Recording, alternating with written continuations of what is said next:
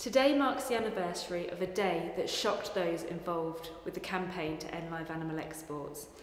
The 2012 sheep tragedy saw 47 sheep lose their lives at the port of Ramsgate due to suffering from painful lameness and due to inadequate facilities. This event shone a spotlight on this cruel and needless trade and highlighted the suffering that is endured by animals when things go wrong. The despicable truth is, these sheep were the lucky ones. These sheep were in a truck that was inspected. These sheep were in a truck and were inspected, and their suffering was identified, and these sheep were removed from the vehicle and seen by a qualified vet. If that lorry had been waved onto the Jolene, those sheep would have been in the lorry for hours or even days longer, suffering for longer and unable to find comfort, and that is the fate for many sheep. Despite this fiasco in 2012, the government's animal health officials do not check every lorry at Dover, and some thousands of animals go unmonitored before leaving our shores after hours on the road.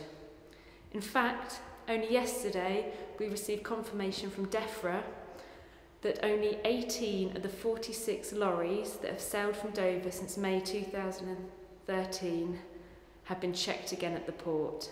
This is unacceptable for those sheep in the 2 out of 3 lorries that are not being monitored after hours on the road. And only recently we have been reminded that problems can and do occur after loading. On the 4th of September, animal health officials refused a lorry of sheep at Dover. The reason is yet unknown, however campaigners did report an exceptional smell coming from that lorry.